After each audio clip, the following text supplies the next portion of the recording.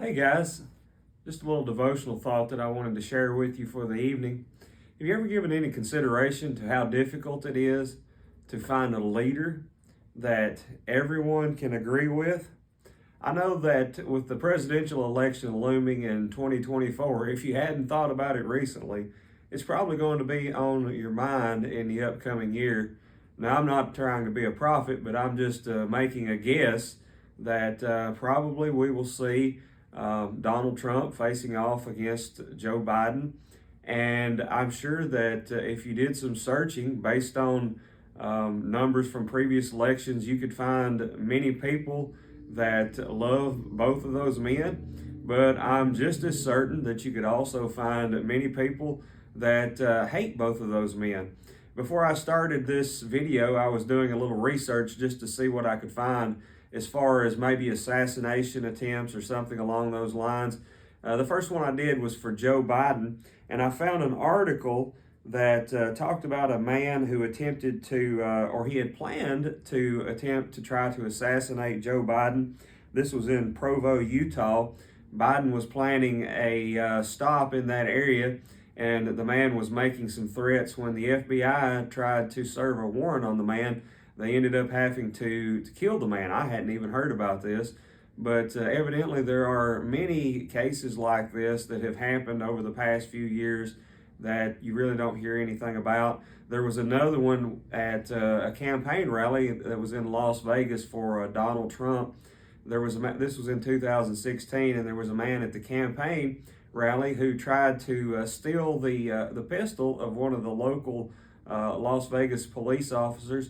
And later on, when he was apprehended, he admitted that he wanted to try to kill Donald Trump to prevent him from becoming president.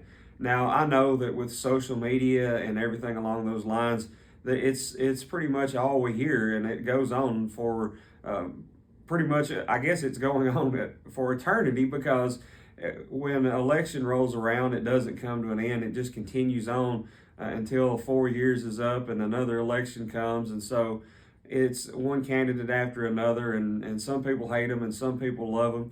But the point I'm wanting to make is that it is just very difficult to find a man that everybody can agree on. If you look back in history, one of the first people that anyone tried to assassinate was in 1835, when a man tried to assassinate Andrew Jackson, taking a shot at him within the U.S. Capitol.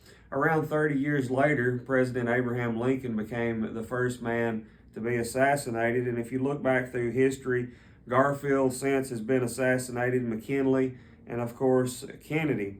And so various attempts have been made on the president's lives. All the presidents who have lived within my lifetime have had assassination attempts on their lives.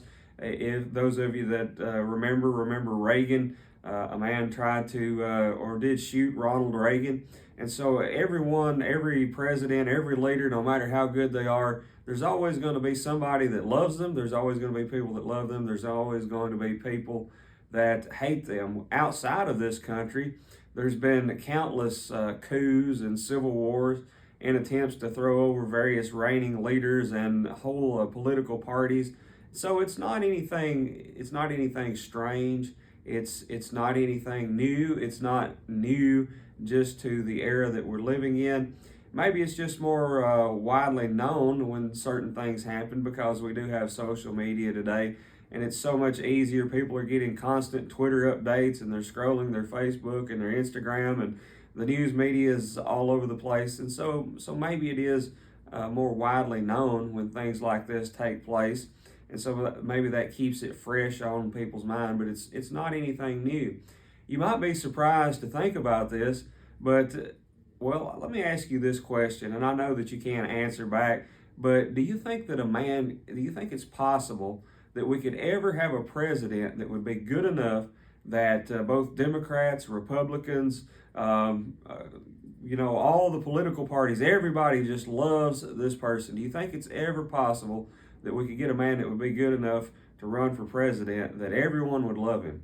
Well, I'm not trying to be a prophet, but I can tell you that the answer to this is no. And I can tell you that answer is no with certainty. And you might say, well, how do you know this? Well, I know this because even God has been overthrown from being ruler. I know that you can't really overthrow God because he always rules and reigns. But if you go back to 1 Samuel chapter 8, you would see that the Israelites rejected God, the perfect creator, the perfect king, from being their leader. The Bible tells us this in 1 Samuel chapter 8, that the Israelites, they wanted a leader to be like the nations around them. So they didn't want someone ruling in the heavenly realm. They wanted someone that was really what they were looking for, was a military leader. And so it was very upsetting to Samuel, but God said, don't let this upset you. They've not rejected you, but they have rejected me.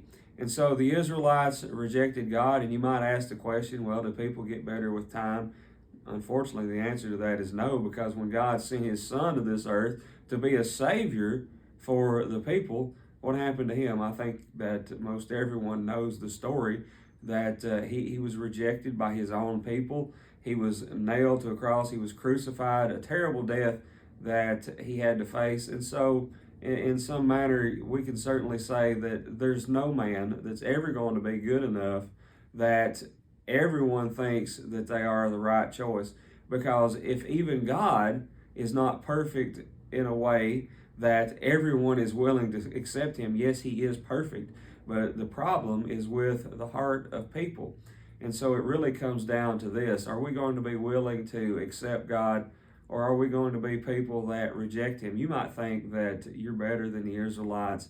You might sit back and look at what happened in the life of Jesus and judge those people that rejected him. But friends, I've got a feeling that even in our day and time, we're not any better than they are.